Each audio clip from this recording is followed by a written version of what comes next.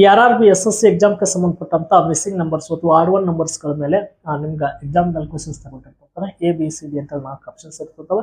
ಇದರಲ್ಲಿ ಒಂದು ತಪ್ಪಾದ ಆಪ್ಷನ್ಸ್ ಯಾವುದು ಅಥವಾ ತಪ್ಪಾದ ಜೋಡಿ ಯಾವುದು, ಆಡ್ ಒನ್ ನಂಬರ್ಸ್ ಯಾವುದು ಅಂತೇಳಿ ನಿಮ್ಗೆ ತೆಗೆದೊಯ್ಯಬೇಕಾಗಿರ್ತದೆ. ಸರ್ ಇಲ್ಲಿ 8 ಇದೆ, ಇಲ್ಲಿ 74 ಐತಿ, ಇಲ್ಲಿ 9 ಐತಿ. ನಮ್ಗೆ ಸ್ವಲ್ಪ 6 ಅನ್ಸುತ್ತಪ್ಪ ಅಂದಾಗ 8 9 72 ಆಗ್ಬೇಕಾಗಿತ್ತು, ಬಟ್ ಇಲ್ಲಿ 74 ಆಗೈತಿ. ನೆಕ್ಸ್ಟ್ ಇಲ್ಲಿ 6 ಐತಿ, 6 4 ಎಷ್ಟಪ್ಪ 24 ಮ್ಯಾಚ್ ಆಗಲ್ಲ.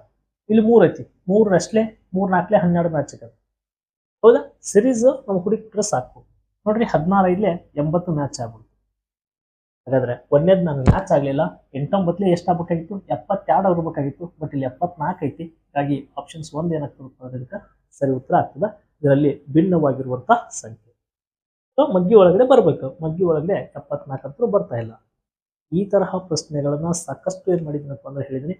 ಫ್ರಾಕ್ಷನ್ ಆಫ್ ಸೆಕೆಂಡ್ದಾಗ ನೀವು ಆನ್ಸರ್ಸ್ಗಳನ್ನ ನೋಡ್ಕೊತಾ ಹೋಗ್ಬೋದು. ಯಾವ ತರ ವಿಚಾರಗಳನ್ನ ಮಾಡ್ಕೊತಾ ಹೋದಾಗ ನಮ್ಗೆ ಈ ತರ ಕ್ವಶನ್ಸ್ಗಳು ಈಸಿಯಾಗಿ ಸಿಗ್ತವೆ.